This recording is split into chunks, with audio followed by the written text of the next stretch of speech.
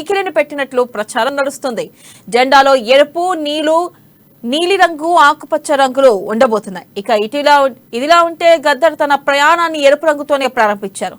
గద్దర్ మొదట అంబేద్కరిస్ట్ కాలానుగుణంగా వామపక్ష రాజకీయాలపై ఆకర్షితులయ్యారు. అందుకే జెండాలో నీలిరంగు తప్పకుండా ఉంటుందని భావిస్తున్నారు. ఇక కొద్ది రోజులుగా తెలంగాణ రాజకీయాల్లో గద్దర్ ప్రధాన ఆకర్షణగా నిలుస్తున్నారు. ఆ మధ్య వచ్చే పార్లమెంట్ ఎన్నికల్లో పెద్దపల్లి లోక్సభ స్థానం నుంచి పోటీ చేస్తారని ప్రచారం కూడా జరిగింది. ఇక స్వరాష్ట్రంలో ప్రస్తుత పరిస్థితులను వివరిస్తూ బీఆర్ఎస్ ప్రభుత్వ వైఫల్యాలను బట్టబయలు చేస్తున్నారు. ఈ క్రమంలోనే గద్దర్ సీఎం కేసీఆర్ పై పోటీ చేస్తారనే ప్రచారమూ జరిగింది. అదే సమయంలో కాంగ్రెస్ లో చేరి ఆ పార్టీ నుంచే పోటీ చేస్తారని అందరూ అనుకున్నారు. కానీ సడన్ గా ఇప్పుడు గద్దర్ కొత్త పార్టీ పెట్టబోతున్నారని ప్రచారం జరగడం తెలంగాణ రాజకీయాల్లో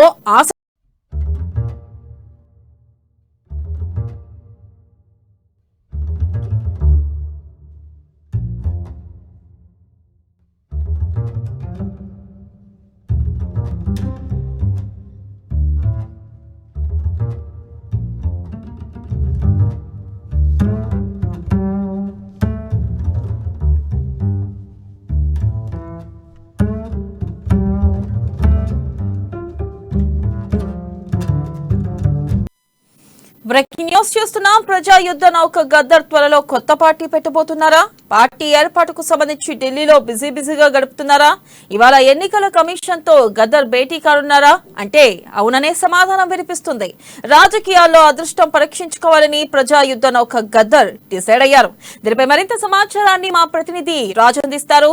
రాజ్, చెప్పండి, గద్దర్ త్వరలో పార్టీ పెట్టబోతున్నారా? అసలు ఆయన పార్టీ పేరు ఏ ఉండబోతుంది? తాజా అప్డేట్స్ ఏంటి?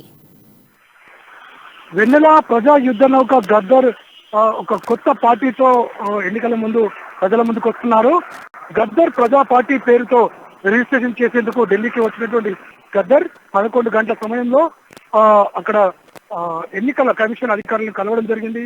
వారితో చర్చించి తన అప్లికేషన్ వారికి ఇవ్వడం జరిగింది. మరోవైపు దీనికి సంబంధించి ఇప్పటికే ప్రకటించారు.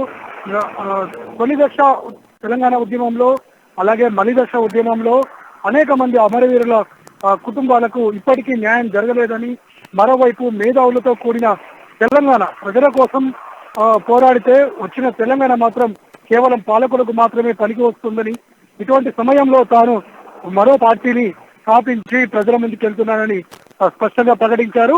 ఇందులో ముఖ్యంగా ఎవరైతే పోరాడారో, మలిదశ ఉద్యమంలో క్లియర్ గా పోరాడారో వారికి ప్రాధాన్యత ఉంటుందని, అలాగే తెలంగాణ కోసం సర్వం త్యాగం చేసినటువంటి వారందరికీ కూడా ఇక్కడ తప్పనిసరిగా ప్రాధాన్యత ఇస్తానని పేర్కొంటున్నారు.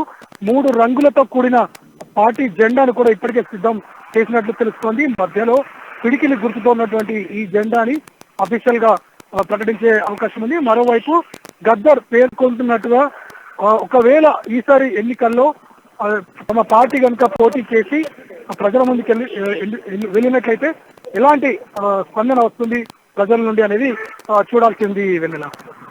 Right Raj, thank you.